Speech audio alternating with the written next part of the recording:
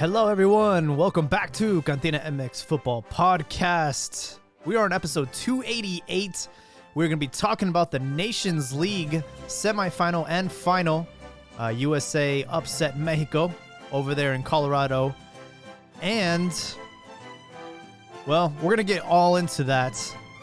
Some transfer rumors, some Liga MX stuff as well. But before I go any further, let's introduce the panel tonight. Coming in from LA, we got Joel. How we doing? Good. I know there's a lot of tears, but I'm fine. No pasa nada. No pasa nada, Amy. It's all good. Well, welcome to the board.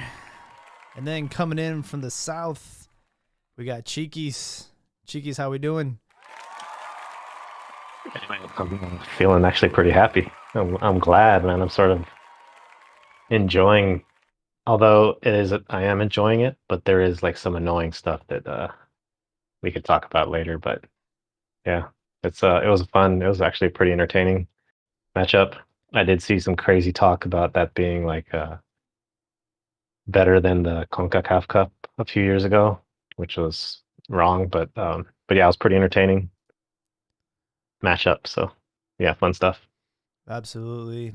Yeah, for those listening on YouTube, welcome to the show. And for those that will be listening later on this week, CantinaMX was actually on the field.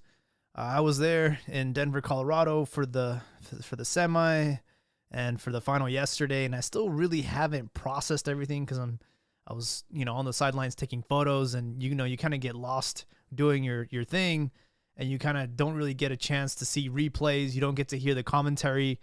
You're just literally capturing everything live. And I was really it was just really hard for me to process and not, trying to not be biased on the pitch over there. But I mean, let's go right into it. Mexico and USA played each other in the final, but before that they had to qualify with the semis, and USA kicked things off against Honduras. It smelled like penalties. I felt like it was going to end that way. But in the You were at that game as well, right, Jaime? Yeah, I was there. And at the very last minute, I mean, we're talking maybe 5 minutes away from stopping. No, it was the last minute. USA score in a very dramatic finish. A palomita, a little diving header. And then, Honduras got that rug swept right under them. And then in the other semi was Costa Rica and Mexico. It was a deadlock. There was no goals. We had to go to penalties. And in the penalty shootout, a surprising hero, Guillermo Ochoa, stepped up to the plate. And not normally known for his penalty, skills. But he got Mexico into the final. And before we go into like the final, what happened, guys?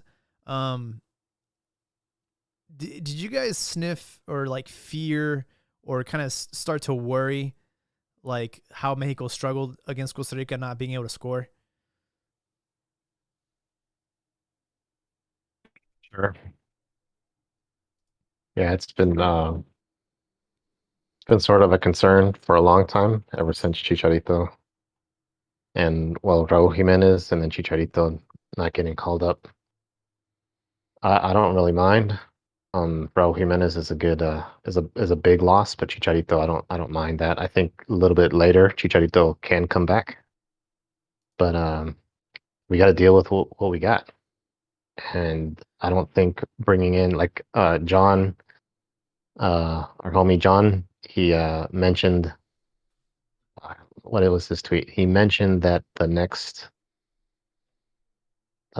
striker for Mexico in the next US match, I think, is going to be Funes Mori, who's going to take us to Gold Cup. Ooh, controversial. That was his prediction, because I think it's getting like, and maybe from his point of view or from what I'm thinking is Tata's going to feel the heat, man. He's going to feel the heat of, things aren't going well. He just lost this final, and it was an intense, heated final. They weren't messing around. They were going full force in this thing.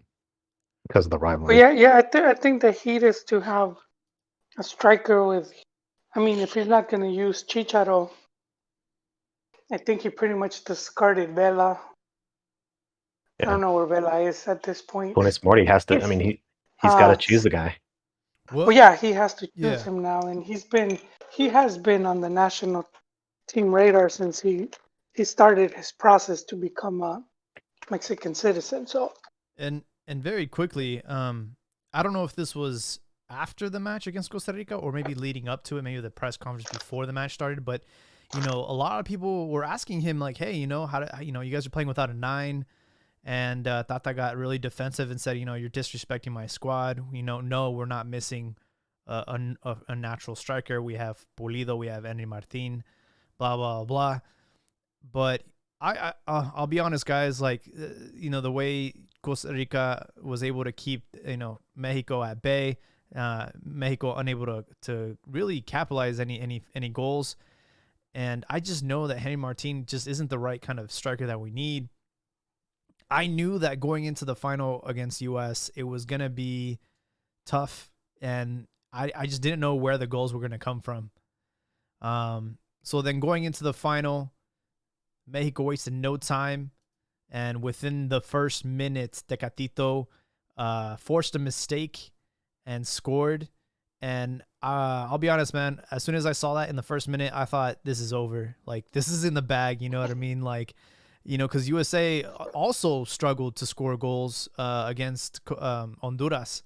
So I thought, here we go. The momentum's going to be all in Mexico's favor. Tata's going to be aggressive, and he's going to continue to keep Mexico pressing and forcing the match to the U.S. And, the fans, the stadium was all on Mexico's side. And as soon as Hector Moreno scored that second goal, I thought, this is done. It's over. Like, this is going to be a goleada.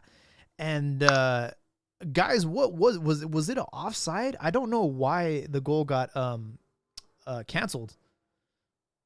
Yeah, it was offsides. Oh, okay.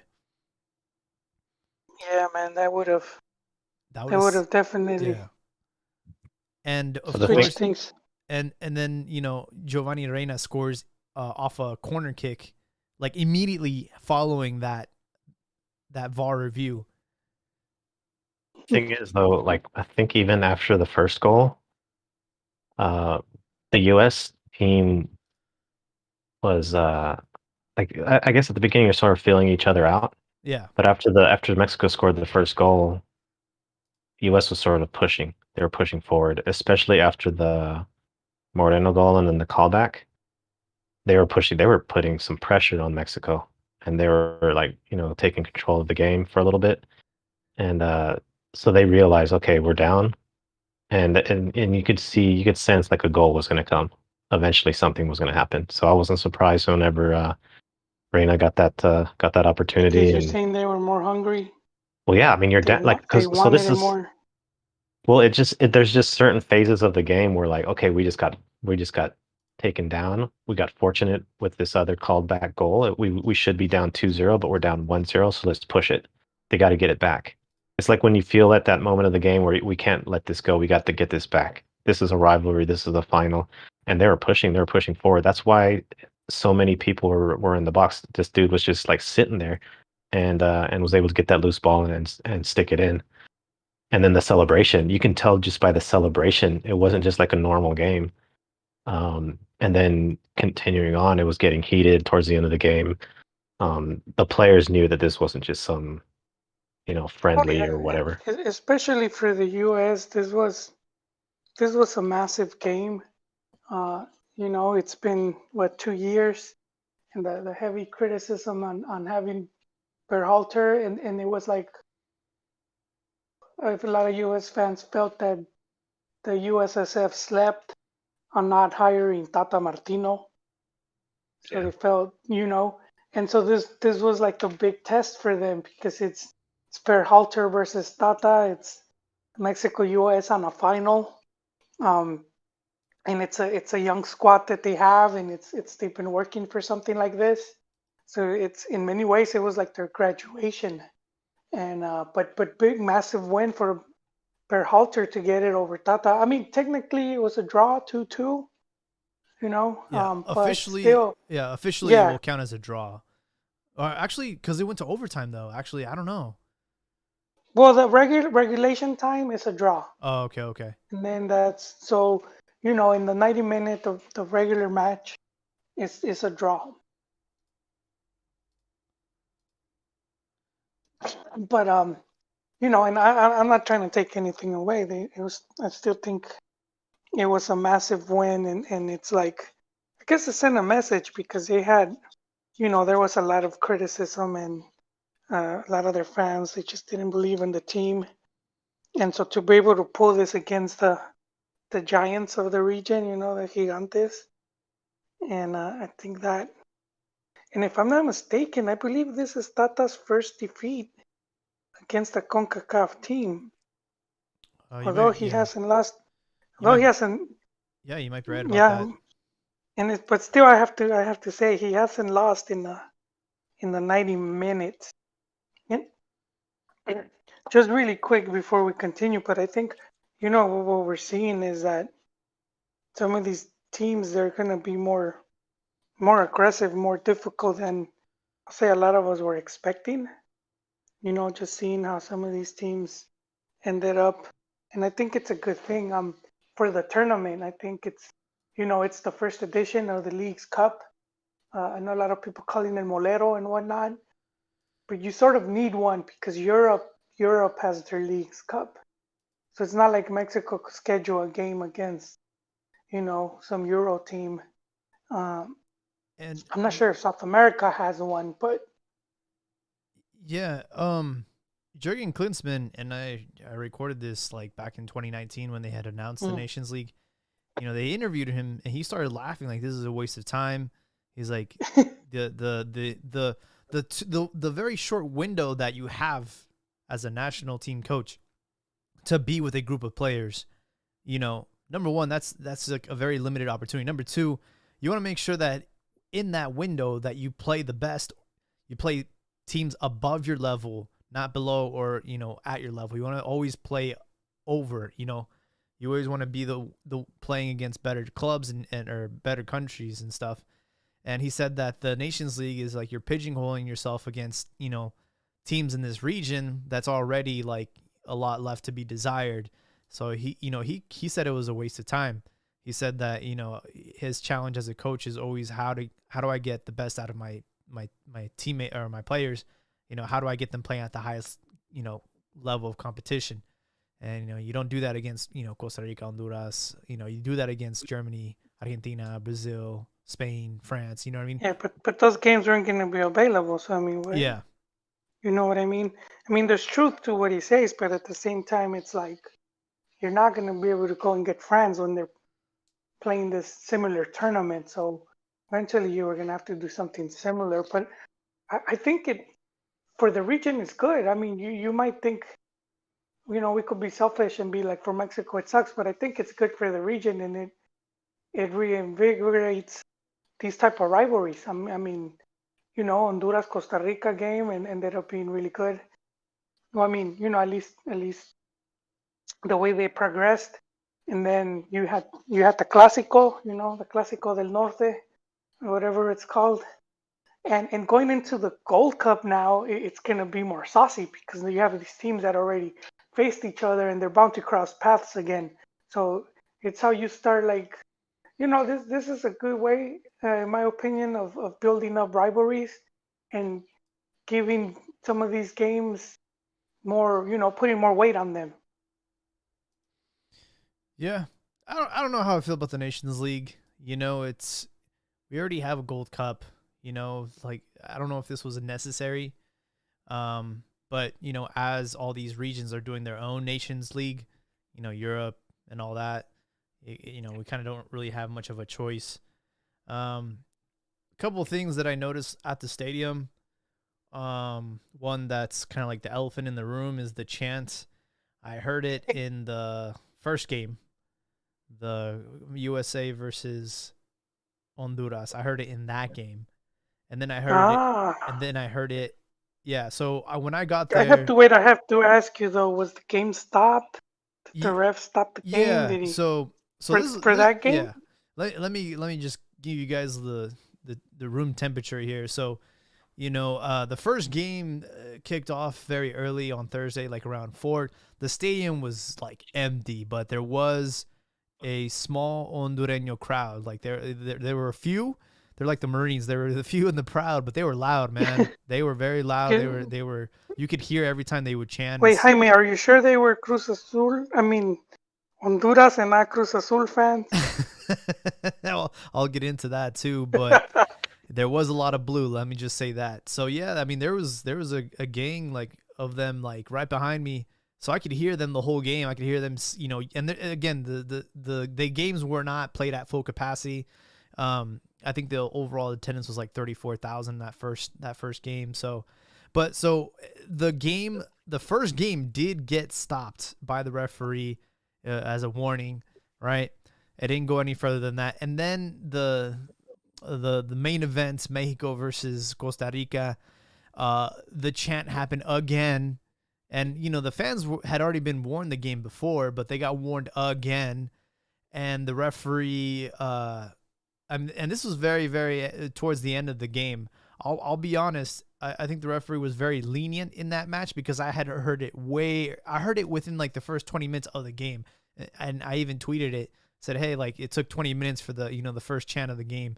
And he waited until the end of the game, almost like it felt like we were going to go to penalties, but the referee stopped it for a very long time. I mean, they had to warn the crowd with the announcer, and then they put the little Ochoa like video, the pre-recorded video of Ochoa, and then everybody was just kind of like, what the heck? It just invigorated the crowd, and it just egged them on, and they just started booing even louder and started to get even more aggressive. So that happened in the Costa Rica game, and then they ended up going to penalties and stuff, and then it happened again in the final, and I don't know, man. Like can you really control the crowd? You really can't. You can warn them, but my question to you guys is like, how far do you think they're gonna push this issue? Like, are we talking like closed door in the near future for Mexico? I think that they might make Mexico an example, and so there's that chance that they might, just FIFA could step in and then just boot them out of the, qualifiers or something like that. To do that, man. I think they're cowards. I think they're No, cowards. they booted them out of the World Cup in '90, and the Yeah, but senior this is team different. team didn't do anything. It was something that the There's Cachirules was with the under 20. worse things happen in Europe all the time, and these Yeah, they do, and but the sponsors, it's it comes down to the sponsors, Chiquis, and the and they sponsors will are lose money. American sponsors. I know, but we're talking about American sponsors, and these sponsors are listening to a vocal minority which are on social media, because most people don't know. Most people don't even care. People making all this noise they're on social media, and it's a small percentage, but all these sponsors, these big companies, they're paying attention, and they're making they're like brownie points for them. We're doing something about it. They're not gonna do anything about Qatar, but hey, look, look, we Yeah, we really do care. Yeah, it's just all like 1 month out of the year you're a rainbow. It's just all for show.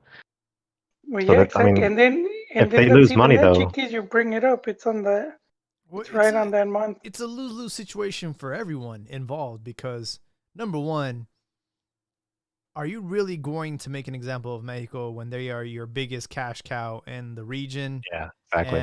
And they're the Well, ones that's for CONCACAF. yeah. Not for FIFA. But I mean, are you FIFA really is gonna? getting money. But I mean, I don't know the exact numbers of like what the Mexican national team like brings in as far as revenue. But I would not be like I would be shocked if they're not at least in the top 5 like nations in the world, man. Because like you think about the jersey sales, all the fans across the globe, just how much revenue Mexico brings in. They're a cash cow. I mean, they're the ones that bring in the best TV ratings for Liga MX. I mean, everybody knows this. So it's like, are you really going to could do that to Mexico? Yeah, they travel. Like we see all the time, all the Mexicans that travel to Russia to all these World Cups and make a huge Yeah, presence. So I dare them. I would like to see them, do that. I don't think they're brave enough. I think they're cowards, just like these refs who, out of random times at the late end of the game, decide to do this just for show. I don't think they're really serious about it. But even if they do, like I wouldn't even care. Like even for this win, I was sort of like seeing. I would. It's. you don't care I if was sort of Mexico like misses happy. out next World Cup? I don't care. I dare them to do it.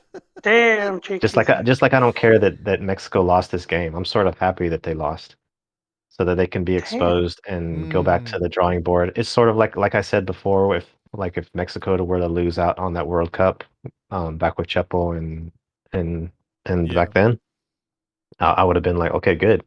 So now the execs and everything can take things more serious and repair like the Fuerzas Básicas or whatever they have to do to get Mexican talent. Which right now we're But this seeing it. team's We're been seeing the doing lack. good though.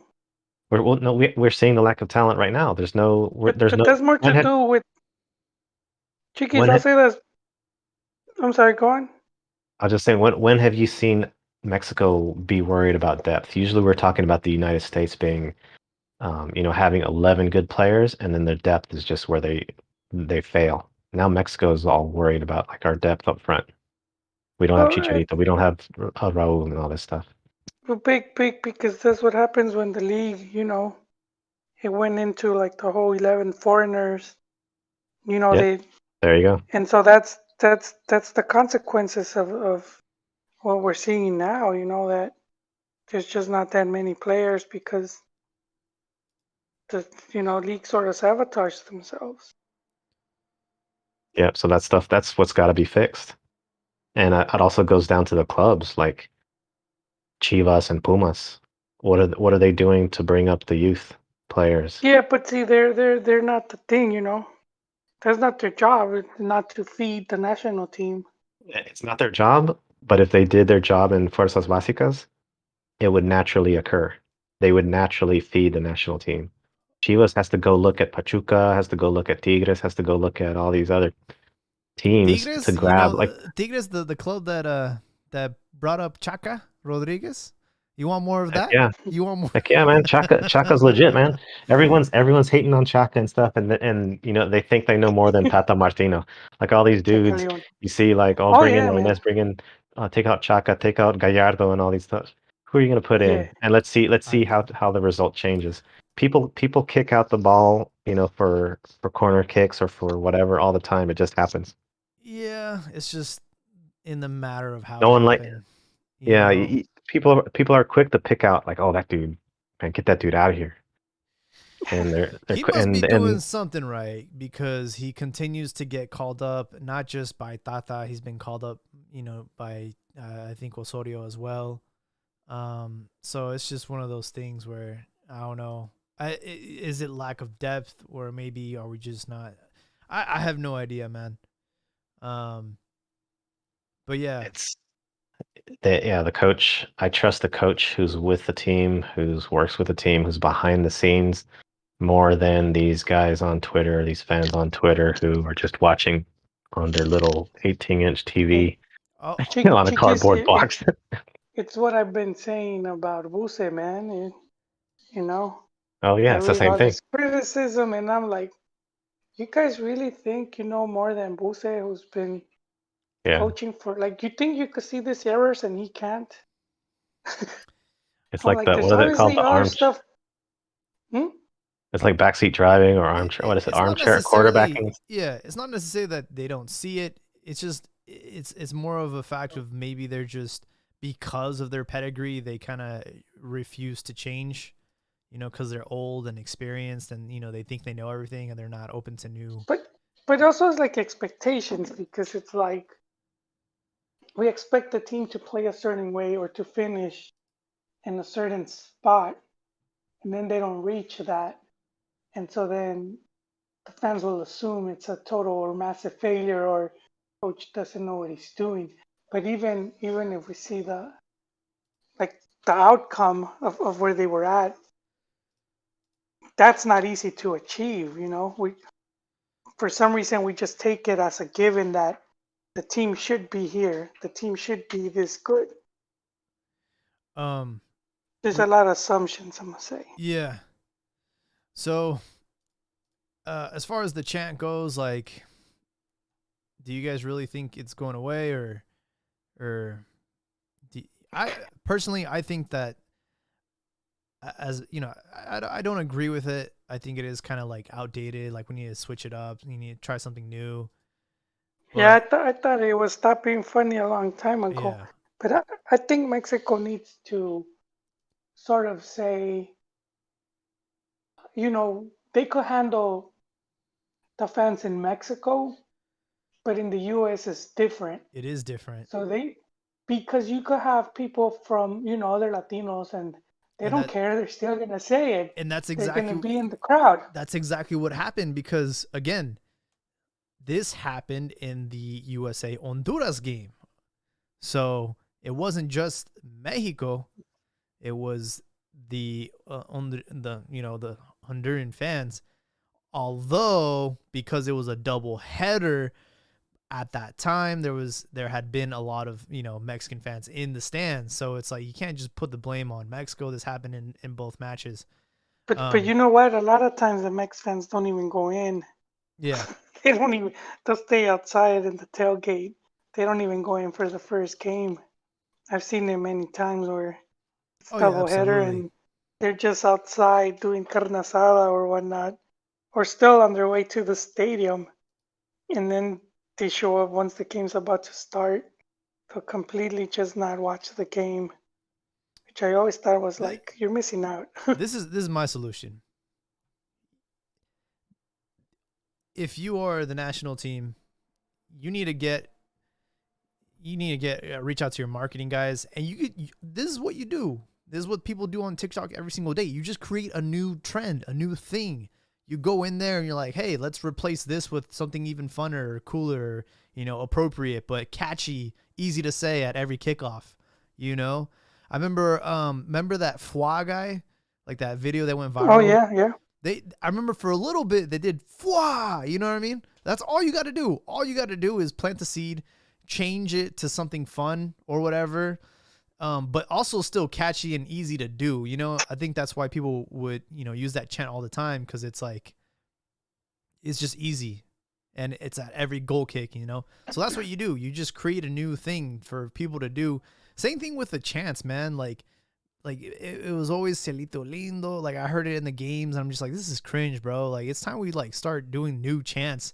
There's so many other things that we can do, like during a match, like the wave.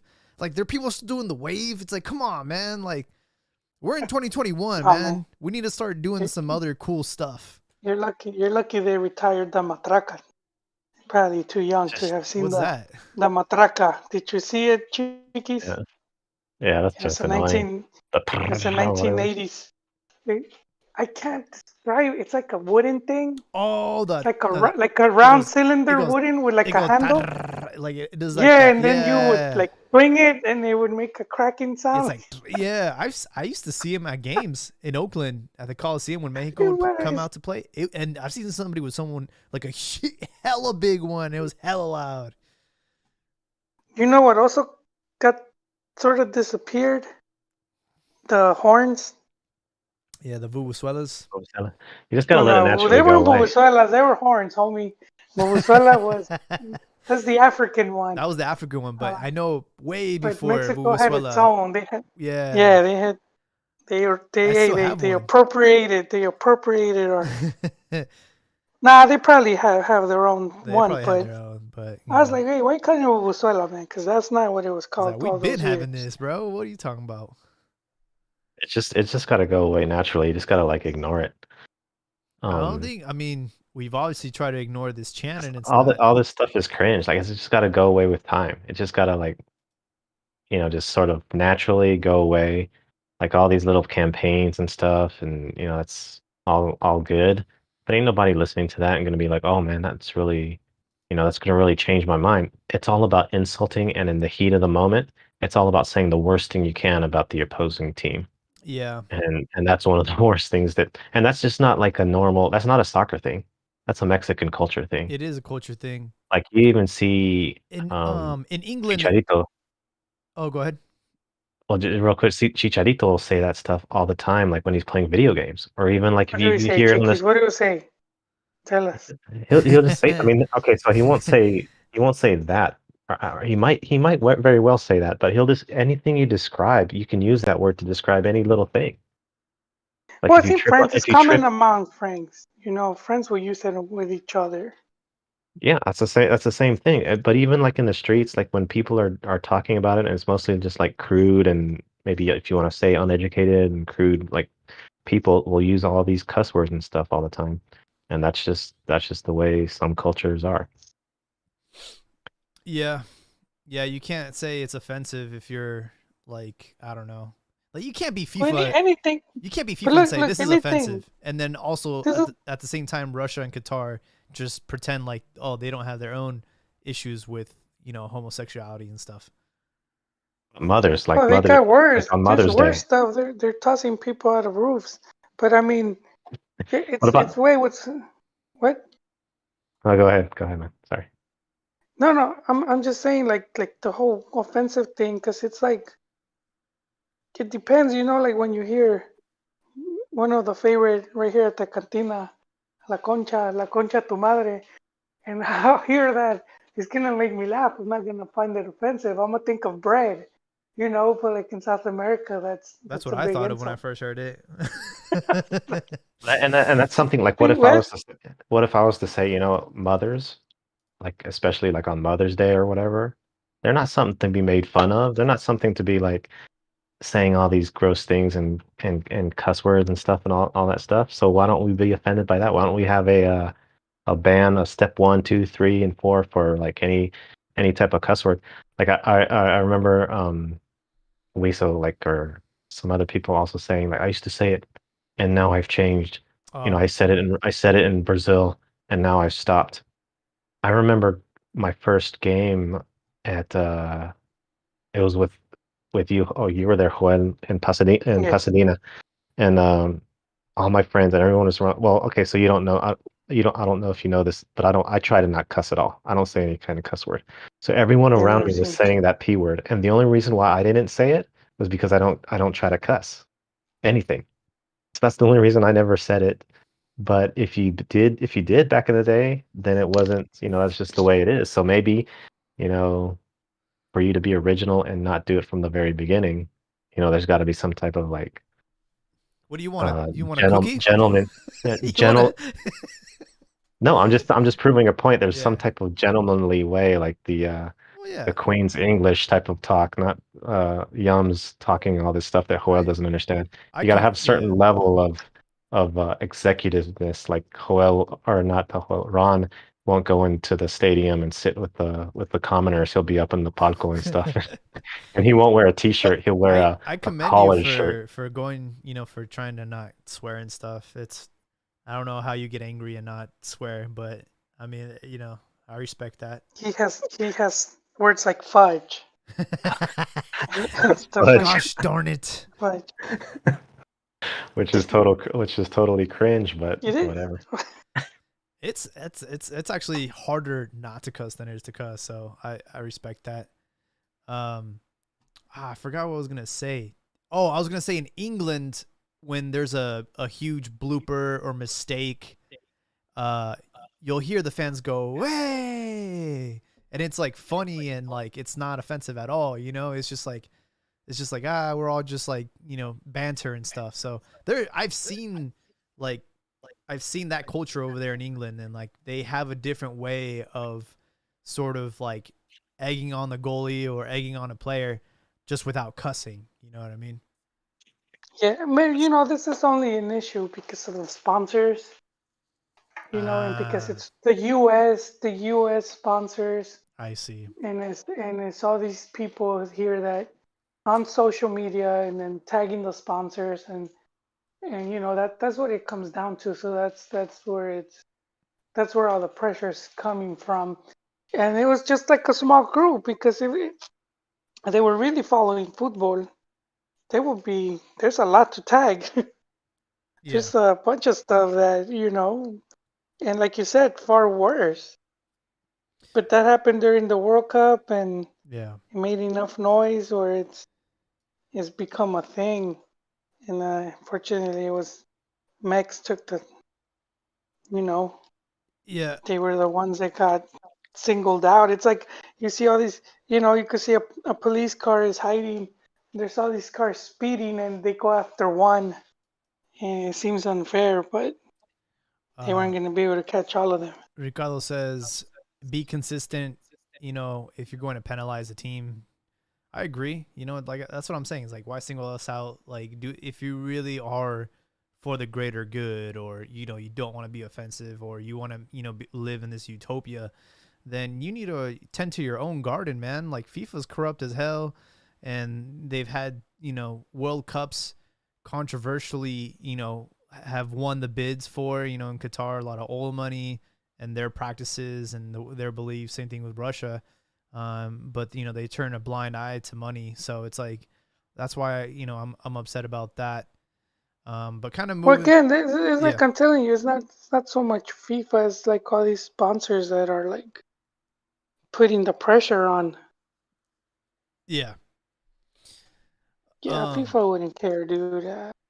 Oh, let me What's up? going back to like sort of what we were talking about before. I Yes. don't know if you guys seen this Pablo Carroza. I don't know who he is, but he had I guess he's a periodista, probably from South America somewhere. But he had a tweet that was pretty hilarious about Mexico. You guys were talking about Mexico and like getting Jurgen Klinsmann talking Yeah. about the Nations League, and Yep. he says this dude Pablo says Mexico should be thankful that they're playing qualifiers against Caribbean island teams who are barely able to put 11 players together. Instead, if they were to come to South America, they'd be in last place. Ooh. Pobre Yeah, Tata, that's he's got the national team, the most overvalued national team in the world. They're gonna va a clasificar al mundial al what? Chavo de Ocho y a Don Ramon. I mean, That's come he's on, exaggerating, but Chiquis. he Why does. why you why you why you giving this What is troll? this trash, man? Come on, man. No, but Come I mean, on, it Chiquis. is What? okay. So he's exaggerating. He's going just a little bit overboard, but he does have a point that A point of it's what? that Mexico is playing in a like a very low level Nah, federation. man. That's come There's on. only two legit teams. Jurgen Klinsmann has a point as well. They need to play higher. Like the Confederations Cup was like a great example. Look, That's look, something this that they is need the to have. this is the Not the thing Nations with League. with CONCACAF because there's not enough of these games and there's not a lot of these teams don't play enough international games and they don't have that like they haven't been to many World Cups. Honduras has been to like one or two.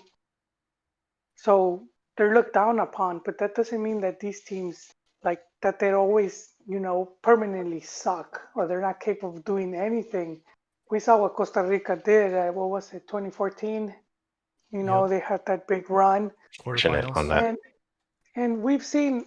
I don't know if you saw Jamaica. When was it? Like in '02? Man, I mean, they didn't really win, but teams weren't stomping on them.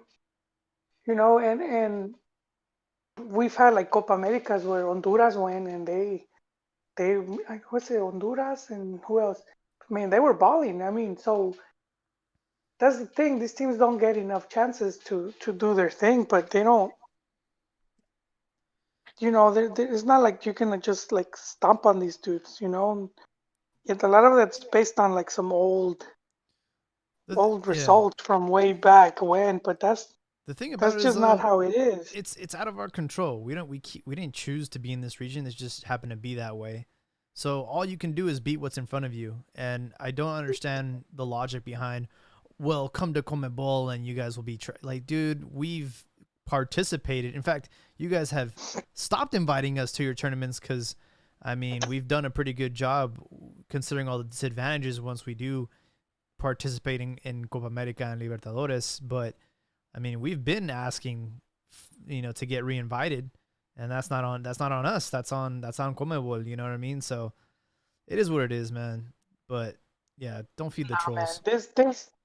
that's straight trolling. That's straight trolling, You man. could read old articles There's truth from behind it, way though. from way from way back when Mex was There's starting truth to behind get it. into Copa America, when they're trying to get into Libertadores. And a lot of the South American teams didn't want them joining in. They were against it, And then you That's think, also well, because of why would? Well, this one of the things. If you look at like Libertadores and you put the Mexican teams, now you're knocking out. They're knocking out. Colo Colo, These teams. they're No, not well, I'm gonna say like Vélez. teams from like Peru, Oh yeah, from Bolivia, from Ecuador, absolutely. whereas like they depend on that tournament and to get as far as they can because it's like it's a vitrina, it's the window shopping for all these scouts. So if your team didn't make it that far, it's less games that your star player is gonna be showcased. So now you have these Mex teams coming in and taking those spots away, and that was a legit concern, and it's for a Mexico lot. also. You don't want Mexico coming into your territory. There's a there's an angst. There's a like a jealousy from South America about It that. is, So it is, it's and more and than then just well, it went from that, and then the argument went from oh well, but it's your teams are filled with South Americans, you know. But then we have Copa America where it's straight out They're all from Mexican Liga MX. selección, Yeah. and Mex is always, they reached two finals, a couple semifinals, they whooped a lot of ass, and it's like, all right, what's the excuse now? So I it's the same mean, thing. It's the same excuse. Like even Ricardo sort of agrees with me. He thinks Mexico wouldn't qualify or make it out of CONMEBOL. not Um, maybe not every World Cup, but they would eventually. and It's not like I they would like they've that to beaten happen. any team. But look, Mexico has beaten every team in CONMEBOL. Except for Yeah, Argentina. and they also struggle with like these little minnows, dude. They struggle with Argentina. these Hey, minnows. Well, that's did you because not see Argentina struggling with what was it, Australia to qualify? yeah, but Every Honduras, what dog. was it? Argentina's No, been not our Honduras. Uruguay. Argentina's been our biggest kryptonite. In official matches, like we always get eliminated by them.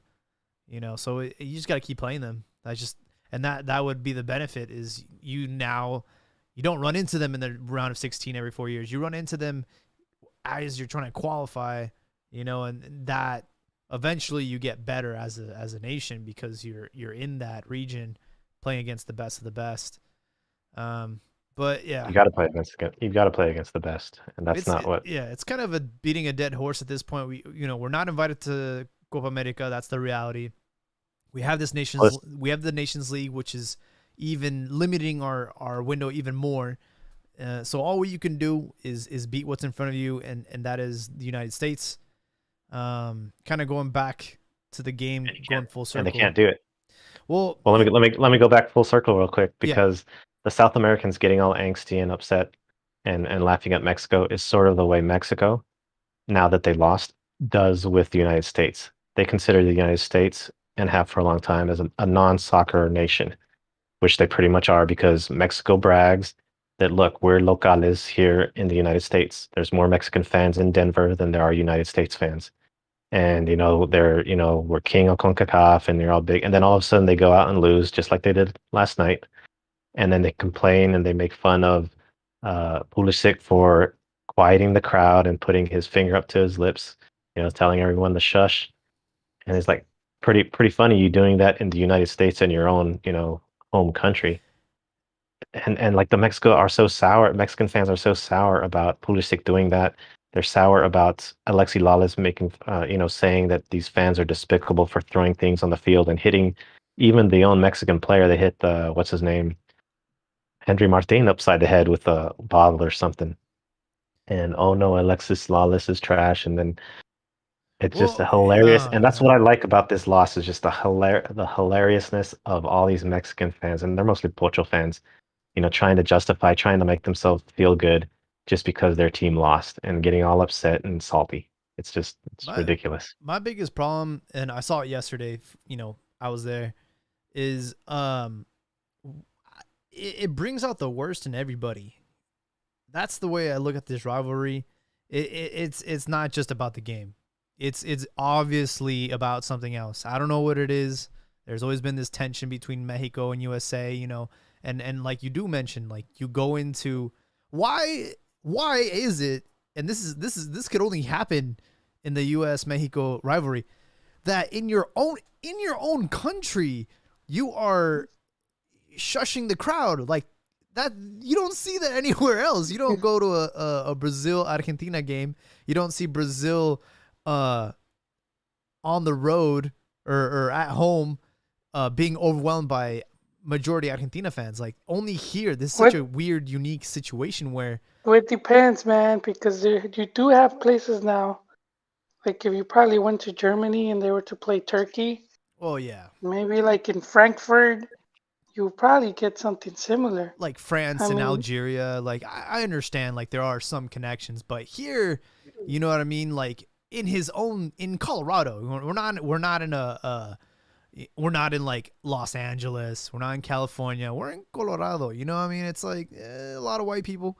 So the fact that like even then he had, there was majority of the fans there present were Mexican, and they're throwing beer at him. It's like in his own country. Like what is going on? But what I mean That's to say, yeah, what I mean to say is like the beer throwing, all that stuff, that was embarrassing, man. I don't agree with all that. And I'll be honest, you go online and you can see the US fans being super super racist and aggressive. And then that also brings out the worst out of the Mexican, fans online, the pochos and stuff. And then it just turns into a big shit show. And it's just like, I don't know why you can't just respect the result. It was a tough match. It could have gone either way. I don't agree with the refereeing. I think that was the worst part of the match. If I'm being completely honest, I think that the game had two unnecessary penalty calls that shouldn't have existed. The Pulisic call.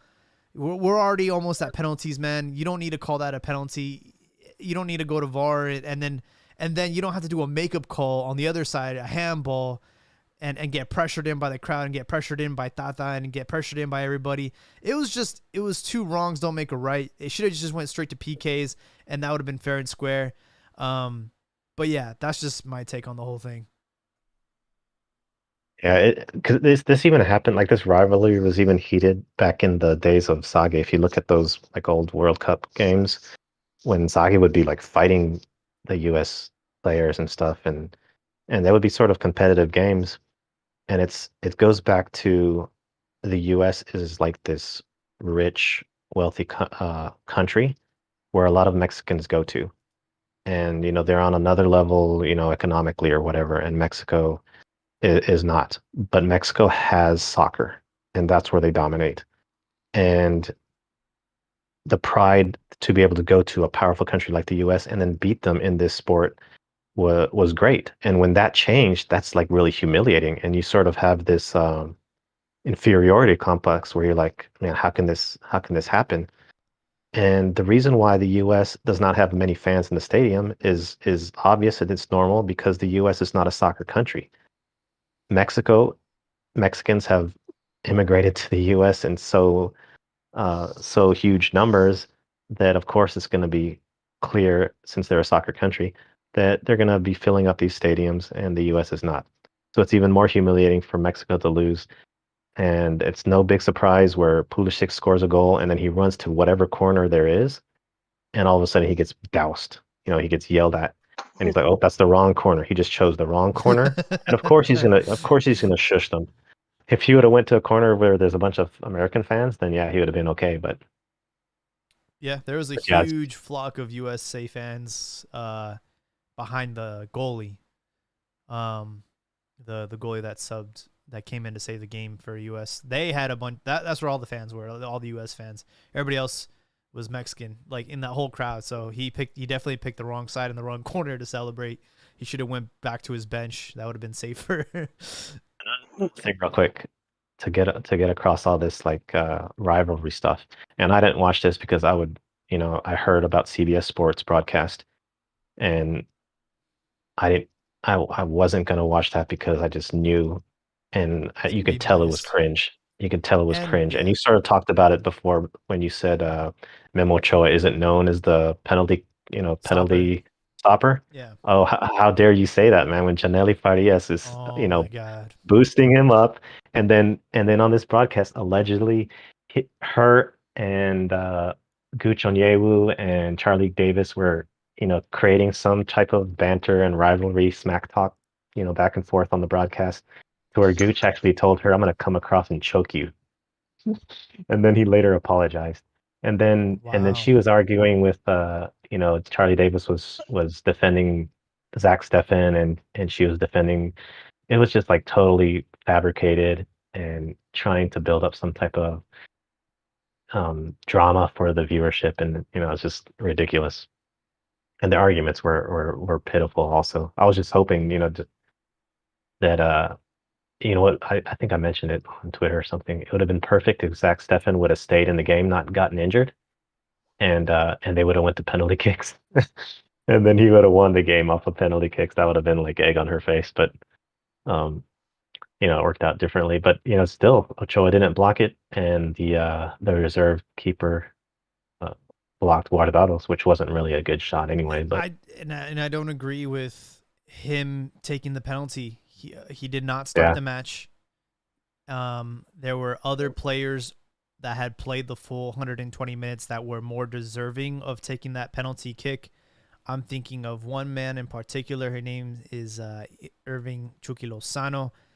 I don't know if this came across on the cameras, but being 5-10 feet away from him, uh, he was on the whole game, especially after when the U.S. scored, when Pulisic scored.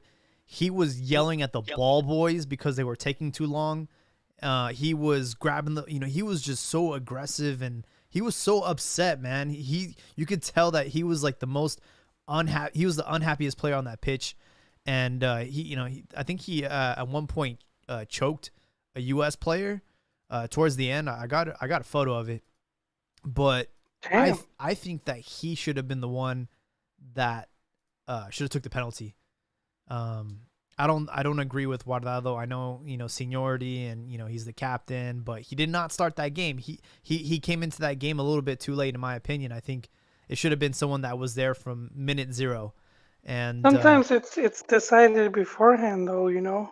but how if he So was a like who? sub? He was a sub, you know. Yeah, but they'll have like who are the penalty takers, and so Mm, it's who's on the field. And if these players are on the field, this guy has first dibs. yeah. See that whole seniority thing? I hate that. That's why you're seeing players that should not be being called up that are still getting called up because of seniority. I think that we have much better players, and it's unfortunate that we also have the Olympics coming up. So we really didn't get to have. I don't consider this our A team. I think this is kind of like a B minus. There's a few players that we could have used that that didn't Hey, play. but we don't choose. Tata does, I know. and I'm Tata just chose saying. that Yeah. team, Like, and that was the team, dude. yeah. Pizarro could have probably. No, I don't know if it was. I think for me, as much as like I've been kind of not been about him, I think Macias could have helped. I think that there could have been other players that are currently actually. I think they actually played today against Saudi Arabia. Um, I haven't been able to. I was on the road today, so I didn't get to keep up. But I think they're either playing today or they're playing tomorrow against Saudi Arabia. They had played against Romania over the weekend. And there's a few players on that squad, man, that are really really good. So I'd rather see young players that are hungry and looking to make a name for themselves than the Chaca Rodriguez of the world, Antuna. I don't think he's up to scruff. Uh, who else? Henry Martin. There's a lot of players, man. I'm just like, I'm not convinced. Yeah, we gotta see. this Gold Cup is going to be a big one for Tata and for the Gonna be a entire team. doozy. Oh, he needs the title, man. He needs to win something. Not Yeah. necessarily, but I mean just because as a coach, I guess I'm pretty sure he wants to put something on his vitrina, you know. Damn, I cannot find any info on this stuff, man. They were supposed to play. Also, apparently, I need to. John mentioned something on Twitter about the availability of European players for this. Obviously, they're available for this tournament, but for the Mhm. Gold Cup, are they going to still be available again? And he mentioned something about possibly not, especially for like the U.S. side. So I don't know if from what it's sounding like, what he said, I'm not sure if like Dest and Pulisic and all these guys are actually are they even gonna be on They this? clubs are they have to allow those players to go Okay, because it's CONCACAF, it's a Gold Cup, it's like the regions like football. It's not like Copa America or so they legally have to allow those players to, if they get called up, they have to release them. Wait, for Gold not Cup for the Gold Cup. for Gold Cup, yeah. No, I think only for FIFA events, I think. Well, I mean, it is a FIFA event. What are you talking about? It's Gold not, Cup is a CONCACAF event. but it's FIFA. It's like, the No, winner, it's not. the winner of that goes to, well, The Gold Cup? used to go to the Confederations Cup. Yeah, but the Confederations, that is the event, but it's not. The Gold Cup's not, its purpose is not to qualify to that. That is like a bonus, but it's not. FIFA doesn't, they don't organize it. You would see FIFA on there. You wouldn't see CONCACAF, you would see FIFA would be Well, the it's just like main. the Euros. It's not FIFA, Yeah, exactly. but the teams are still obligated to release their players for the, if they get called up. They have to. Hmm. Now, should they, nudge them in the right direction, say, hey, preseason is more important than this, then, that's up to the player's discretion. But the teams have to release players for these international tournaments in the summer. I did want to talk a okay, little. quick, What's up? quick note before. Apparently, Empower Field released a statement that 5 fans were arrested for trespassing and 1 fan was arrested for throwing a projectile. The guy was caught on tape, the one who hit Gio Reyna upside the head. Yeah, Reina, the whatever fan that hit him, So he's banned also from got actually arrested. just from that stadium though. There was also a pitch invasion. I don't know if it showed it on the cameras, but dude, that guy. Because I was on that side, right? So, he was fast, man. This guy, he jumped the stands, and it's a pretty big jump, man. I want to say it's at least 6 feet. He jumped. Nobody that was in like the security, nobody saw this dude. He just booked it, got onto the pitch, and he like they were not gonna catch him. He was really really fast. Then he tried to cut and he slipped and fell, and then they arrested him or whatever. And then apparently there was another guy that fell off the balcony, and it was caught on camera. I saw that. I didn't see that, but He ran where there was the the broadcast booth. CBS, yeah, Yeah, he ran and then he falls. and then he jumped over the ledge or whatever. Crazy. If I was like, Denver, like Broncos organization, whoever organizes that stadium, whoever is in charge of security there, I would put my resignation in, man. That's embarrassing. You should not, like, the fact that players got injured, fans got, arrested, injured. Like, you have one job, and that's to keep it a safe environment, and you fail to do that. Here's another here's another thing. And this PVA Surge, man. He's still salty and stuff, and he's finding all these tweets, which I guess are like offensive or whatever. But there's this one tweet he says, Ethan Horvath is a wall, and last night Mexico paid for it. That's so, that's messed up, That's but pretty man, funny. Yes. I mean it is, but it's And then Serge, of course, is like all offended. And I think these guys like deleted these tweets and stuff. Like they're going all Nah, political, that's banter, going man. all. That's part of the game. I I know, mean, but then it's when you beat them, you get to make fun back. yeah, but it's referring to like the Trump's wall and stuff, right? So when it gets political, then starts going to like, oh, you're racist, you're xenophobic, so they take That it to another became level. Let's Go. Yeah, that's where Yeah, they so ruined it, it. yeah, banter can be banter until you lose, and then you get offended, and then all this talk about like microaggressions and stuff like that. Man, forget some microaggressions. Talk about macroaggressions, and then you can complain, or like getting slapped upside the head with a water bottle. I do want to talk just a wee bit about the U.S. team really quickly. A lot of young players, and they really took this like victory, like they took it serious, man. Like it was like a big sigh of relief for them, and because we had kind of been daddy for like the last, especially them missing out on the World Cup and all that. Like Yeah, that they, was. Yeah, I was they've about to just kind say of that. been taking it up the butt for the last, it feels like forever. So for them to finally get a satisfying victory against Mexico, they took it as like a really really big deal. And for Mexico, we can brush this off, man. We don't need to like what's the word, like we don't need anyone's approval, man. Like the titles, the head-to-head record speaks for itself. Not saying that we should like rest on our laurels and take this loss like not serious, but look, Gold Cup is around the corner. um and that's going to be the tournament where we can get like our revenge or whatever. And that one, I would be a little bit more upset if we did lose the Gold Cup versus this Conca Nations thing that everyone had forgotten about. It started 2 years ago, but the final wasn't until 2021. It's just like this was kind of one of those like last minute, like let's just get something going for the summer.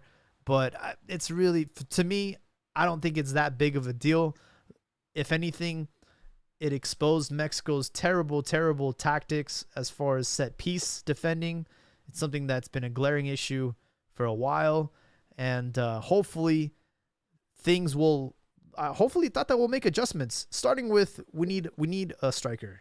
Like I don't want a false nine. Chucky Lozano needs to be on the wings. He's not as good being down the middle. He's not. You're taking away his dynamic skills. So hopefully adjustments will be made, and we can see them take the Gold Cup a little bit more serious now. Now that they know that the U.S. are gonna be, gonna try and put up a fight. I got a different perspective though. I have to disagree a little bit. It seems like the 2-0 era lasted for a long time, even during friendlies. Well, from the World Cup 2002, Oh, and then friendlies afterwards for like a few years, and then Mexico sort of like got the upper hand.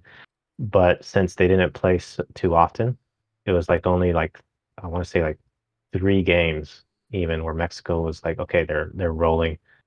Um, so it doesn't seem like Mexico's been dominating for like a long time. They just sort of got back into it, and then the U.S. team was sort of like in transition phase, and Mexico took advantage.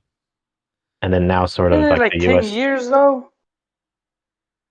maybe, but I mean they didn't play too Been often. like 10 years. There's like it seemed like the 2-0s were like a ton of them. There's just like 5 of Nah, them. but the nah, it two wasn't that zeros. many, But I mean, and a lot Well, of I'm gonna those look were it up, not in man. official matches. Jamie, let me look it yeah, up. but Yeah, But it that don't matter, man. Official but I matches. mean, if we're looking at like we had a lot of head bullshit to friendlies, head, man. A I lot of think it bullshit was friendlies. like 10 years of Mex winning the head to head and all the official tourneys. It's a good 10 Because years. if you guys remember, like we won like the Gold Cup, like they hadn't won a Gold Cup in hella long. Like the last victory they had in an official match, I think, was in the qualifiers in 2013. Oh, So dude, check this out. Wait, they That beat Mexico in 2013?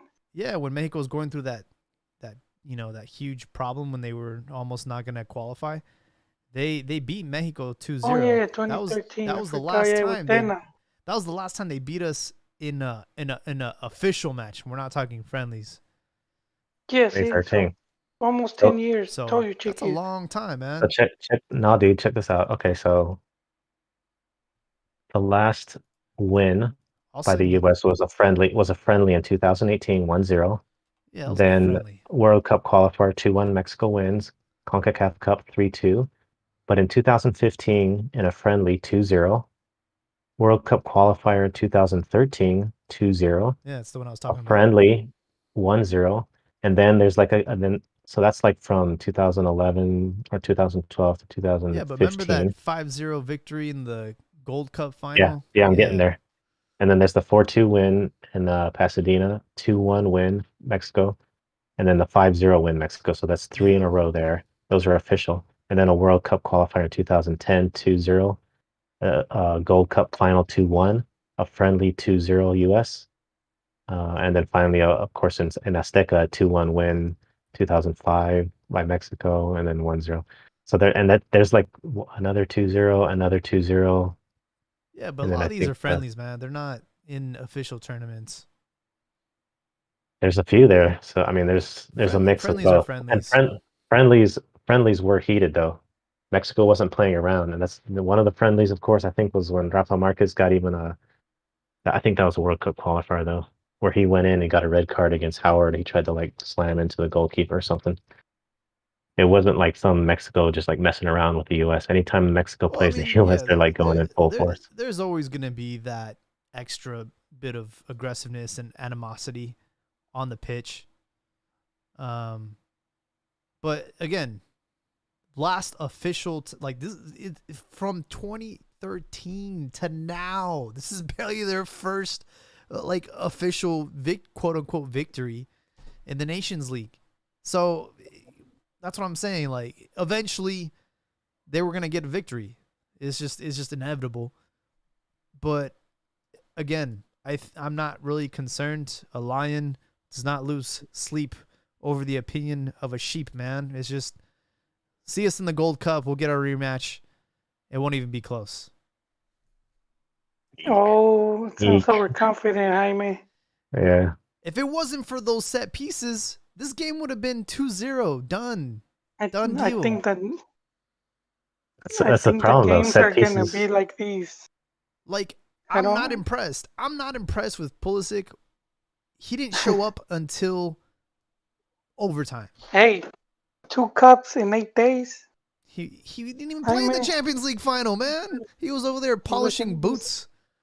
You It's sure he just wasn't even in the Oh, bench? man, I think he did go in, man. Like towards the end. Yeah, I'm pretty sure I saw him I'm playing pretty it. sure he got like maybe 10. He did not play that. If he was, let me just say, if he did play in the Champions League final, he was like a NPC, bro. He was just one of those. He was just there. You know, it's like when you show up on the group project and you know you He just put glitched your out. name. You just put your name on the top, like oh, Dang. that he had no contribution to them winning that silverware, man. Absolutely Hey, no hey, hey, hey, hey. contribution. You got to understand the history though, That's man. player haters. When you say set piece, I think Ricardo said it. Let me check. Set pieces is something that the U.S. and or Mexico has been weak at for a long time, and that's because of size and strength of the players. No, The that set, no.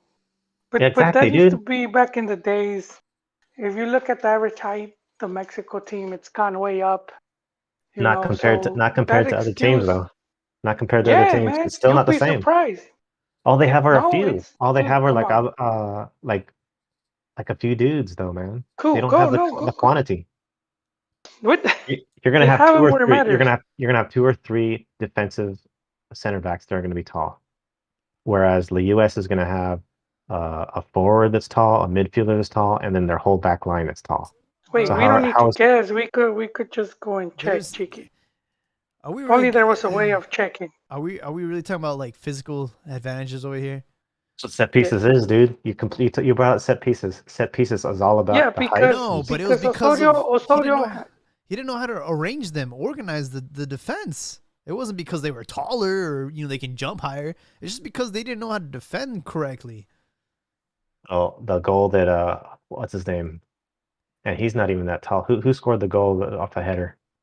He just busted right in there, man. It was all about McKenzie. jump. It was all about quickness. It was all about jumping No, and getting but in that spot. it's because they didn't mark him, dude. And then you got paper hands Ochoa. He's only good at like balls that are like near him, but That's true. se la comió, man. That was an easy save. Wait a second, hold on. I'm gonna look at that. I don't think that's. Dude, I just saw the highlights. That was he could have saved it. He did it against Brazil, and that was a much harder save. All the goals, like I've said it before, all the goals that he saved, like that whole highlight reel of Brazil, were all shots that were nearby him. Yeah, they're all It made him near. look. Yeah, it made him look good. Exactly. I'm not trying This to like one, bash on Ochoa, but I'm just saying that for when let me it look. comes to contesting air balls, he does not know how to do that. That's always been one of his biggest issues. Look at this dude. I'm looking at the picture right now. Whoever's marking him is like 1.5 feet shorter on the jump, and this McKinney is just like airborne on this dude. I got the video. Hold on. It was Gallardo. Pull that. You think Yeah, McKinney? dude. What's Gallardo's McKinney versus Gallardo? he's a freaking troll, bro. That guy's hella short. That's what I'm saying, dude. We're talking about But I'm just stature. saying, even in that physical disadvantage, you can still position yourself so he doesn't win the ball, or at least you stick. In fact, Gallardo in that play, he should have been like holding on to the goalpost. That's his job because he's short. Ochoa is supposed to have a defender or a player protecting that post, and you don't move. You stay there, and that would have been he would have saved that. The player would have been there, and he would have had that. Yeah, that's not on Ochoa though, man. That's on That is Gallardo. on If Ochoa. anything. He has to organize his defense. He has to Okay. tell them, you need to be on the front post. You need to be on the back post. Everybody else, you size up. You size up your players. You know who's going to be short. You tell them to do the little bitch work and stand by I used to be that guy. I was a short guy on the field. I knew I had back post. I had to hug it like it was my girlfriend, bro, because I knew I wasn't going to be able to contest these balls. But I knew my place because the goalkeeper told me, the coach told me, this is where you need to be during corner kicks. This is like elementary stuff. This is first grade stuff. I don't know if I agree with the post thing though, man, because the post is how Gio Reyna scored that goal, because it enabled him to be on sides. So I don't know if I agree with people on the post. Gallardo was right in the spot. He was right on the line of the Aria Chica. He was and in he should have just held his ground. He should have held his ground, and he let that dude just soar above him. He just let him walk in his home. I know, because and he bang wasn't his the right wife size. like he's a chicharito. He wasn't. He just let Dreyfus slide in there, man. He wasn't a sizable opponent. He wasn't big enough. Didn't have the vertical leap, and at that distance from the goal from Ochoa, there was no way his reflexes were going to be able to stop that. And so, yeah, he could have been on the post. It could have deflected, and then it might have deflected right back to Gio Reyna for a little tap in, and he would have been on sides because there's two people on the goal post or on the goal line. It's fine, man. I rather enable somebody on side, but have that, because this is exactly what happens. This is exactly what happens when you don't have someone on the post. The ball goes in, your goalkeeper's a day late and $1 short, man. Ochoa got like a nail on it, like his fingernails on it, but it was far too late, and there was no way he's gonna get there. So it's just one of those things where you have to practice this, man. You have to go in there and you have to understand your weaknesses. If you are facing an opponent that's taller than you, then you prepare yourself appropriately. And I'm very disappointed. Going back to the game against Sweden in the World Cup, for someone like Osorio, who was obsessed about height and snubbed players from the national team because of height, that he didn't prepare accordingly. Those dudes are like the tallest people on earth. Like Swedish people are the tallest people on earth, and we shot the bed against them because we didn't know how to handle them. They were too big. Yeah. I mean, Mexico's improved because you got Machín, yeah, Diego Reyes, although he was like a beanpole. Who else do you have that's sort of tall? There's some tall dudes, but Nestor Araujo Araujo, is well, 6 feet. Araujo is sort of like Ochoa is 6 feet. Araujo's got some weight on him though, man. His vertical leap is He's probably like 2 inches. eating too many tortas or what? Yeah, and somebody said he was like getting tired during the game. Could He be. was like gassing out with his stuff. But yeah, there's some Well, improvements. it's time for the era of Guardado, Hector Moreno, Chaga Rodriguez. It's time for these guys to go. Jonathan Dos Santos. Don't let the door hit you on the way out. It's time to phase these dudes out, man. Hector Moreno has officially signed with Rayados. That was announced today.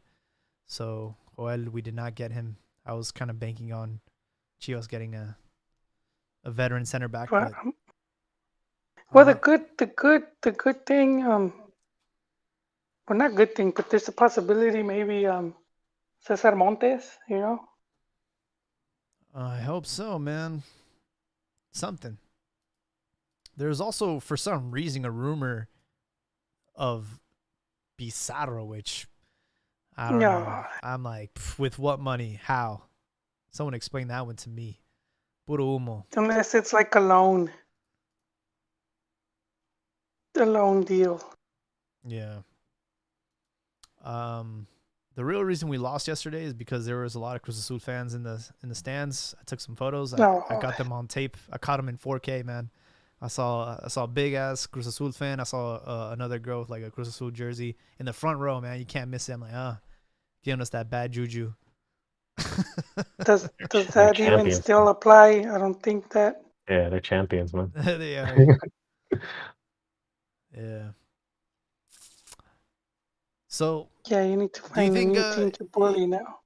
Overall, do you think people are overreacting about this result, or should we be concerned moving forward to the Gold Cup? No, I'm not concerned. One loss, dude. It's been one loss. People are making it a bigger deal because obviously it's against the U.S. But I think games against the U.S. have been difficult for a long time. Very long time. I think people forget. You could go way, way back. What was it? The second World Cup where, the U.S. eliminates Mexico. They decide to play them, like last minute eliminatoria. Back when you take a boat ride like a month just to get to Europe and they lose. And so just results, I think for a long time, because the US was just out of the picture, we have this idea that they sort of like suck. But they're just like, if you look at the results, they've put up a fight since even before 93, I'm going to say 94 because that was the World Cup when they. No. With 91, the first Gold Cup, and they beat Mex for that first Gold Cup, and that was what, 91. Then they beat Mex again in a friendly 93 before the 94 World Cup. In 95, they beat Mexico at the Copa America. So I mean, they've always given Mexico a hard time. We just like to say that they suck and they're irrelevant, but it's good to have a rival like that that's going to push you and keep you on your toes. So I think they have a very talented group, and I think it's going to be war for the next 10 years. Yeah. What is this, the Odyssey? What is this? Hey, man, listen to this. The 10-year war, man. Well, yeah, because think how long it's like a group is going to be, with the selección. And usually it's about 2 cycles, which is like 8 years. You have players that are like, let's say 21. So at the end of 4 years, the one cycle, they're 25, and then by the second one, they're like in their early 30s. If they're a bit older, 23, 24, then they're in 30 something. So usually about 10 years where you'll see a group. When you have a pretty good team, that's about as long as you're going to see that team playing together. Here's my take, man. I think, and I've said this from before, and I was waiting for this game to happen. I think we need to be worried because these players, although I agree sort of with Ricardo, like Pulisic was absent for a little bit, but they need to get him the ball in the right spots. There was some shining moments for Dest. But worried about what? Like what exactly is Like this that team, you like this mean? US team is coming Yeah, up but and they're worried that improving. they're gonna do what? They're going to start beating Mexico continuously. And Oh I wouldn't be surprised. I Oh wouldn't be surprised no. if they beat Mexico during this next World Cup because this is the thing. Like Mexican fans, they start getting like this chip on their shoulder. They start thinking they're the best, they're the kings, and all this stuff. And um and and then they get all upset. They get all angry, and whenever things like this happen and then the US all of a sudden wins. And it shouldn't be that way. It should be like, okay, you got the best of us. Let's continue on and try to improve. But yeah. there's like this angst. And this is something that Ron used to say a long time ago, but I noticed he was like sort of upset. He was raging last night as well. But Ron used to say a long time ago, he says, the US and Mexico is not a rivalry. And he was just sort of like playing around. But that's a good point. We shouldn't consider like the US as, oh, we have to, that's our main rival. We got to think better than that. That's why I bring in the CONMEBOL stuff. Yes, US Yeah, is but like it our, is the rival. yeah, sure, but we shouldn't be thinking of this as like the end of everything. This is like winning the World Cup. And Mexican fans were like making fun of Pulisic and the whole team where after the 90 minutes were over or the time was elapsed, they were celebrating like it was the World Cup and Mexican fans were like making fun of them. But Mexico was just as much involved in this game and pushing forward and putting forth all their Well, efforts to we do know it how as to if it were a win. World Cup. We know how to win. They've never experienced that. So they're going to act like they won a World Cup because they haven't been there before. They don't know. Well, I mean, We win all these games all the time. We win Gold right? Cups all the time. We know how to act when we're in that. Like if it would have been the other way around, like it would have been just another day in the office for Mexico. Wait, But Mexico, why are you Mexico guys in the putting me in U.S., that position to Mexico and defend? the U.S. Yeah, yeah. Go ahead, Joel. Defend, Well, defend. because you're saying the World Cup, but see, that's the thing, and Jaime mentioned it earlier. This is a team that missed out on the World Cup. Um, Yeah, so, and they're starting with a lot of young players, and they're starting their proceso, and it started very negative. A lot of I think if we see throughout the history of the U.S., like the press has always been pretty lenient, and this is probably the most they've been attacked. Even the women started taking shots, talking about how, we should get paid more because these guys suck and at least we win. And so this is a team that a lot of loss of confidence. So going in, that's why I said, like at the start of the show, winning the tournament and by besting Mexico in the final, it's like a graduation for them, for this young squad that they have what it takes to turn things around. So that's worth celebrating, man. I mean, not so much of the cup, but that they're on the right path.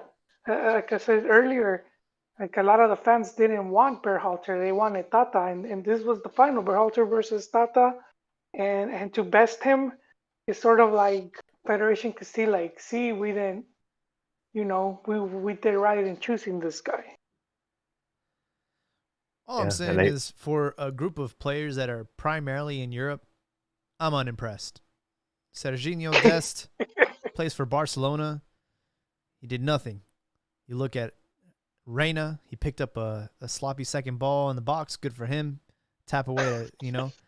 But I'm just saying, like for the type of names and the type of clubs that they play for and represent, I'm unimpressed. I mean, we're looking at like some defenders in Liga MX that had them in their back pocket the whole game. I'm just like, yo, Yeah, like well, I I'm just mean, saying if we were to like compare, if we were to go on FIFA 21 right now and look at the teams and look at if their we star would, ratings and all that, it's no, very I really obvious don't. that the U.S. is like favorited over Mexico and we're talking about on paper.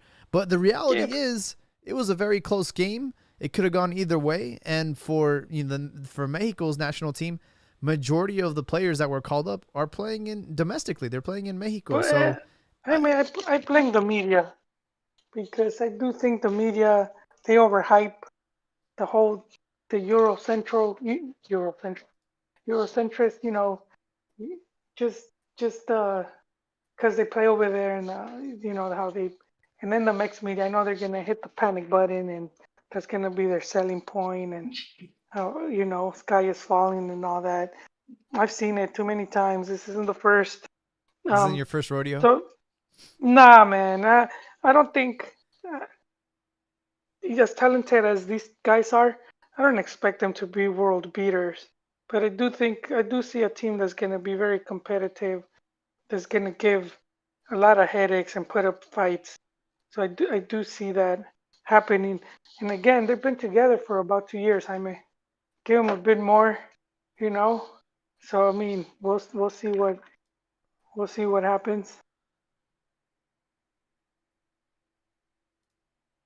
Wow, comment section really blowing up. Oh, a ver, Uh, can you Eric share? Paul is a Euro snob. He says, "I'm not gonna watch." You're not. He's like, "I'm not gonna watch the Gold Cup. I'm just gonna watch the Euros." He also said something about the fact that wait, what did he say? I'm back to supporting puro equipos Euros, the motherlands. Call Beckons. I asked him if he's a Spaniard. He's a Romano. Oh Oh, God, he's Italian. No, I don't know. Or, No, he's a Spaniard.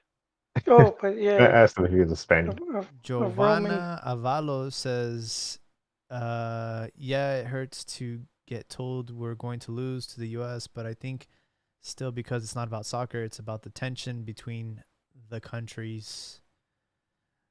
And there shouldn't be. I don't think there should You be know, tensions. I think that was a long time ago, but Jaime, you were snapping some of these half and half jerseys. Heck yeah, I want to get one, man. I did not. I was too busy. Like my attention was on the fields. I did take a few pretty cool photos of some fans. That I saw you post that because someone tagged me in a No, picture, and this guy had that wasn't me. That had was the.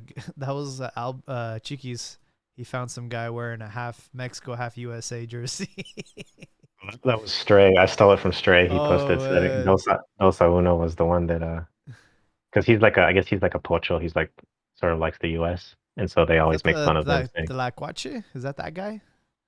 But you would be seeing this. This is becoming more and more Vado. common. So He's the host of CDN. Oh, Vado is I guess the pocho that they make fun. I see. But I put it on. I stole it and I put it on Instagram. I actually want one of those, man. Yeah, all these Mexican fans, all these salty Mexican fans are making me root for the U.S. Oh my God, I'm gonna have to kick you out of the oh, podcast, dude. Chiquis turning into Alvarito Morales. Hey, maybe that's a good thing because you know how Alvaro Morales You need to get switched to on America the. and then they didn't win and then Cruz Azul wins. Getting my So you're gonna be like that guy on Tu DN Balboa with his terrible he was Spanish. yeah, he was acting a fool. And Ron got triggered. He was acting a fool on Thudani. I never seen him so biased, like in previous games. This But dude this was but time, that's not. what they I heard, brought him for, man. well, usually he's sort of level-headed and he tries to like You didn't bring him. he was talking a little bit of Marcelo smack. is so. What's his story? Is he like his He's mom was his Mexican? family's Argentine, no, Argentina. Oh, even worse. But he He played played for in the Leon. U.S. He Yeah, obviously he played wasn't in good Leon enough, too. so he decided to piggyback on the U.S. You No, know. no, he grew up here. Oh, Yeah. well, that's what I mean. Like he wasn't good enough to play for Argentina, so he played for the U.S. He almost scored a golazo in the World Cup from a Chilena, dude. Yeah, that guy's cringe, man. But hey, that's why they through the end it likes to cater to the US. They obviously care more about the MLS than they do Liga MX, so they have to be diplomatic. I know. You can't like shit where you eat, I guess. They're the ones that pay the bills, so you gotta kinda have to, but I don't know. I don't like that about through the end that they just slobber all over the US, man, and the MLS. It's kind of annoying, man. I don't know why they do it. They don't need to. You don't see Fox To doing that. me, the Mexican media is going to be annoying with all the Chicken Little, sky is falling. I can see it already. It's It's like scaring, it's scaring like the I always fans. say, man. It's like I always say, if you're a Mexican and you cross the border to live in the United States, you slowly become an American. and you lose your Mexican identity. Yeah, but you don't have to And go full malinchista. You don't have to go that full route. eventually, Well, eventually you you do. don't fully lose it, Chiquis. Come on. Not fully, Not like but you little by you little, stop little by speaking little, Spanish, or little by you don't eat little, dude. frijoles no You more. start When you Yeah, start using some people a fork to flip the tortillas because you don't want to burn your hands. got sensitive hands and And stuff. then you stop eating what happened, tortillas Chiquis? and you What happened to you? instead of the aguacate tacos, you start eating toast, avocado Dude, toast. I got a master's of science degree in pocho studies. Oh, I got to bring back the pocho podcast to educate. You gotta you, bring it back to life, man. There's plenty of people out there. You just go to the Reddit Liga MX sub. There's plenty of opportunity there. I'm sure half the people there would qualify. Yeah. Ricardo says they're giving out Houston Dynamo tickets out for free by my house.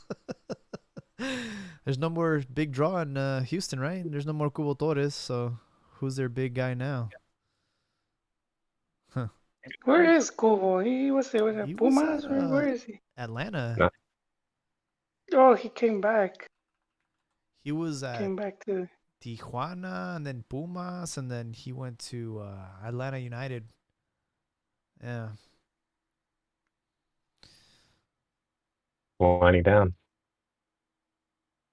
What's up? He's winding down. I Oh. think it's about time for him to hang it up. Pretty soon he'll be in like an indoor soccer league. It's only a matter of time. But yeah, gentlemen, hour and a half rant on this Conca Nations League final. I liked it. I think it's good. I think it's a reminder not to rest on your laurels and that Mexico has a lot of work to do. But do you guys have any closing thoughts before we wrap up this episode? Yeah, just I do think if anything, Tata needs to figure out the striker situation. You know, no RJ9, and then he seems to have 86 Chicharo. So let's see if Funes Mori gets the call, and if not, then he's gonna have to probably show more trust to, what is it, Martin or Pulido. But we do need we do need that guy up front. At this point, I'll take a traffic cone over Henry Martin. I rather just play a man down, man. He was absolutely useless yesterday and the day before. Could have just been, it's bad week. Cheekies, what are your closing thoughts?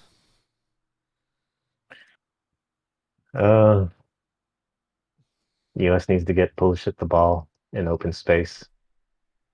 Mexico needs to close down the spaces because that's how they. Dest had a nice run on the left side, but because there was open space, sort of like Chucky. The US has a bunch of Chucky type of players that run and are quick and are speedy.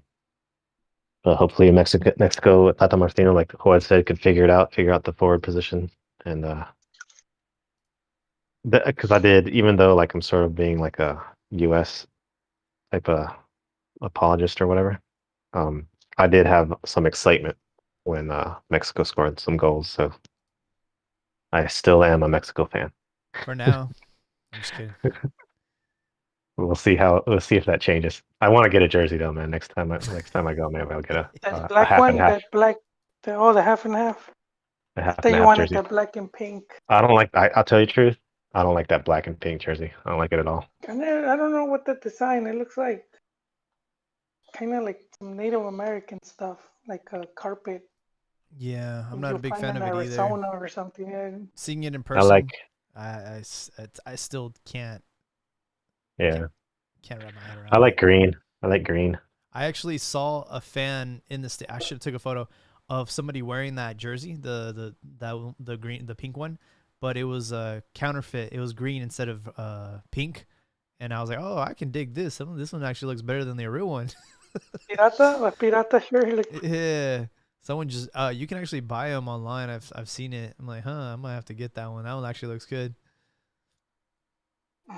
I have an answer for you guys. So the game is actually tomorrow. Mexico's U23 will play against Saudi Arabia on TUDN at 11 a.m. So if you don't have a job or maybe you're on lunch break, games tomorrow at 11 a.m. I think they're playing somewhere in Europe. So make sure to check that out. Upcoming schedule for the Selección. After that, they have a game against Honduras on the 12th. And then they have a game against Panama at the end of the month, the senior side. And then me and Joel, we were talking about possibly going to the game in Los Angeles against Nigeria on July the 3rd in the Coliseum. How exciting. Yeah. Yeah, it's looking good. I haven't been in a while. So yeah, appreciate all the action here in the comment section on YouTube. Thank you guys for listening and making us laugh in the comment section. We'll have to wait and see if Tata will swallow his pride and call upon Javier Hernandez. He could definitely. It wouldn't hurt to have him on the pitch or even as a sub. We'll have to see how that goes. But thank you all so much. Make sure to follow us on Twitter. I'm still going through all the thousands of photos that I took yesterday, but they'll be up.